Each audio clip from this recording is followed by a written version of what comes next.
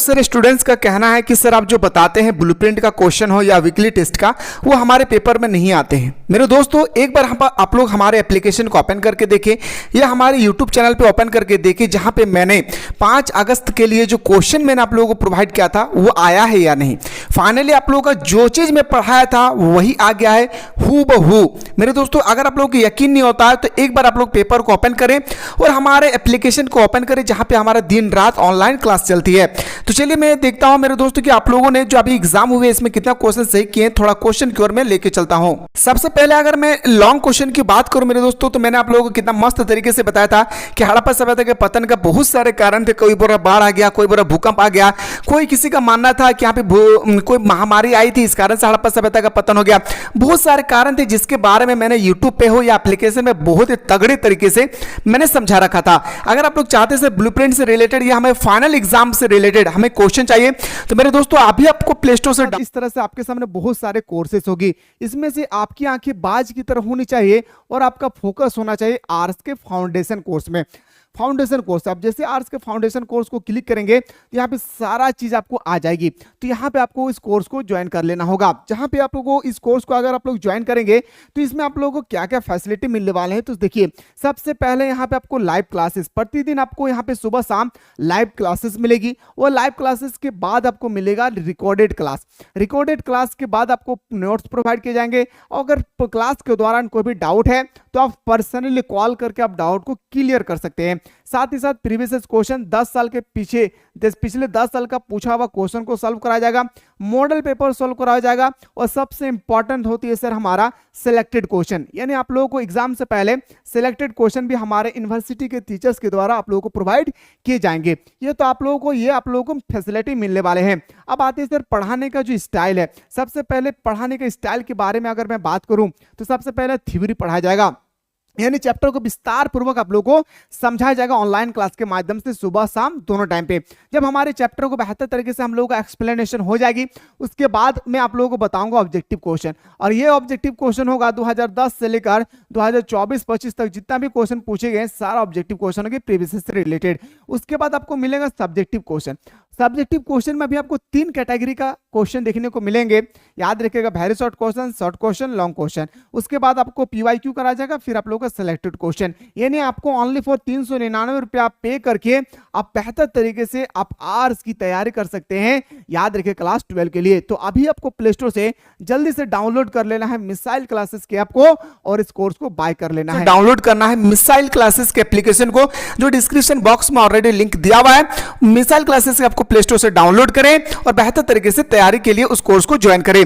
देखिए सबसे पहला क्वेश्चन था हमारा 5 मार्क्स का, जो सबसे इंपॉर्टेंट है मेरे दोस्त। एक था हमारा चंद्रगुप्त की उपलब्धियां, ये भी मैंने आप लोगों को मस्त तरीके से बताया था। फिर मगध एक शक्तिशाली महाजनपद कैसे बना, जैसे मगध में आप लोगों को पता होगा 16 महाजनपद थे, तो उसमें सबसे शक्तिशाली जो महाजनपद था हमारा वो मगध महाजनपद था। आखिर क्यों बना मगध सबसे ज्यादा शक्तिशाली, इसके पीछे कोई कारण था वो भी मैंने बताया था। साथ ही साथ मैंने ये क्वेश्चन बताया था आप लोगों को हड़प्पा सभ्यता के लोगों का आर्थिक जीवन कैसा था, जो बताया था मेरे दोस्तों D2 यानी जेरॉक्स करके वही क्वेश्चन छाप दिया है। और आप लोगों को यकीन नहीं होता है कि जो चीज मैं बताता हूं वही क्वेश्चन आ जाता है, तो अपने से जो सीनियर्स है सिटीजनशिप में है, जो क्लास पार्ट 1 में अभी एडमिशन कर चुके हैं, उनसे एक बार जरूर राब्ता कायम कीजिएगा।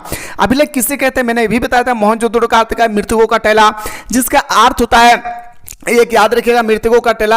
और मैं सिंधी भाषा से लिया गया, जो सिंधु नदी के किनारे स्थित था। सारा चीज मैंने बेहतर तरीके से करवाया था, एक एक क्वेश्चन को मैंने आप लोगों को डील करवाया था।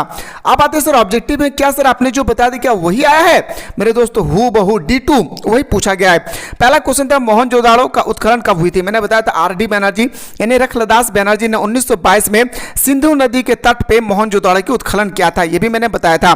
क्वेश्चन नंबर 2 में पूछा गया कि हड़प्पा किस नदी के तट पर स्थित है।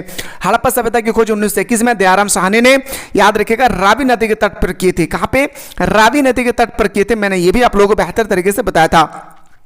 क्वेश्चन नंबर 3 मैंने आप लोगों को बताया था कि हड़प्पा सभ्यता का एक प्रसिद्ध बंदरगाह है। बंदरगाह तो बहुत सारे हैं, लेकिन एक प्रसिद्ध बंदरगाह है जो बिल्कुल गुजरात में स्थित है, उसको बताया था क्या नाम था? लोथल। क्या नाम था? लोथल बताया था मेरे दोस्तों। और याद रखिएगा मेरे दोस्तों, मैंने यह भी बताया था कि जो हमारे लोथल है वो भगवा नदी के किनारे स्थित है। यह भी मैंने आप लोगों को पूरा बेहतर तरीके से मेंशन करवाया था। जो बताया वही D2 क्वेश्चन यहाँ पे छाप दिया है। नर्तकी की कांस्य मूर्ति कहां से प्राप्त हुई है? नर्तकी की कांस्य मूर्ति यह भी मैंने बताया था मोहनजोदड़ो से प्राप्त हुई है। याद रखिएगा कितना क्वेश्चन आपने सही करके आए हैं, जरूर आप लोग अपने कमेंट सेक्शन में बताएं। हड़प्पा सभ्यता की लिपि थी, आपको देखिए ये जो हमारा 5 नंबर क्वेश्चन है मेरे दोस्त, ये 5 नंबर का क्वेश्चन का जो ऑप्शन होना चाहिए, एक्चुअली यहाँ पे चारों में से कोई भी ऑप्शन नहीं है। याद रखिएगा मैंने आप लोगों को पढ़ाया था अज्ञात। क्या आप जब गूगल में भी सर्च करेंगे तो आपको दिखेगा यहाँ पे अज्ञात, लेकिन चारों ऑप्शन में से यहाँ पे कोई भी अज्ञात नहीं है। याद रखिएगा। तो मेरे दोस्तों कोई स्टूडेंट्स याद रखिएगा अक्षर लिपि लगाएं, तो कोई स्टूडेंट्स लगाएं चित्रलिपि। तो याद रखिएगा इसका मार्क्स आपको ऐसे ही मिल जाएगी। याद रखिएगा इसका जो लिपि थी अज्ञात थी। 64 लिपि थी मेरे दोस्तों, जो एक लिपि में कन्वर्ट करना बहुत ही मुश्किल था, इस कारण से इस लिपि को अज्ञात माना गया है। चलिए अगला क्वेश्चन पे आते हैं। 6 नंबर पे 6 नंबर हमसे पूछा गया था अभिलेखों में प्रियदर्शी किसे कहा जाता है? मैंने बताया था मेरे दोस्तों अशोक सम्राट को हम लोग प्रियदर्शी के नाम से जानते हैं। अशोक ने कलिंग युद्ध करवाया था। याद रखिएगा जो उड़ीसा में स्थित है। मगध की पहली राजधानी कहां थी? देखिए भाई मगध की पहली राजधानी थी राजगीर। कहां पे भाई? याद रखिएगा राजगीर हमारा सही उत्तर हो जाएगी। मेगास्थनीज का संबंध है, जो मेगास्थनीज थे वो कहां के निवासी थे? रोम से आए थे, भारत से थे, यूरोप से थे, या आपको यूनान से थे या अरब से थे? तो मैंने आप लोगों को पढ़ाया था, याद रखिएगा यूनान से। कहां से? यूनान से बताए थे सर। अगला जो हमारा प्रश्न पूछा गया था प्रभावती गुप्त किसकी बेटी थी? मैंने ये क्वेश्चन बड़े मस्त तरीके से बताया था कि प्रभावती जो थी वो हमारा चंद्रगुप्त द्वितीय की बेटी थी, डॉक्टर थी। क्या बोल सकते हैं सर? हमारा ऑप्शन नंबर हमारा बिल्कुल सही उत्तर हो जाएगी ए। नेक्स्ट क्वेश्चन था महाजनपदों की संख्या कितनी है? मैंने आप लोगों को बताया था कि महाजनपदों की संख्या 16 थी। इनमें से सबसे शक्तिशाली जो था वो मगध महाजनपद था। सबसे शक्तिशाली महाजनपद क्या था मेरे भाई? मगध महाजनपद। इसी तरह से मेरे दोस्तों वीकली टेस्ट के लिए हो या आप लोग फाइनल एग्जाम की रिगार्डिंग अगर आप लोग बेहतर तरीके से तैयारी करना चाहते हैं तो मिसाइल क्लासेस की आपको प्ले स्टोर से जरूर डाउनलोड करें और जल्दी से जल्दी कोर्स को ज्वाइन करके सुबह शाम ऑनलाइन क्लास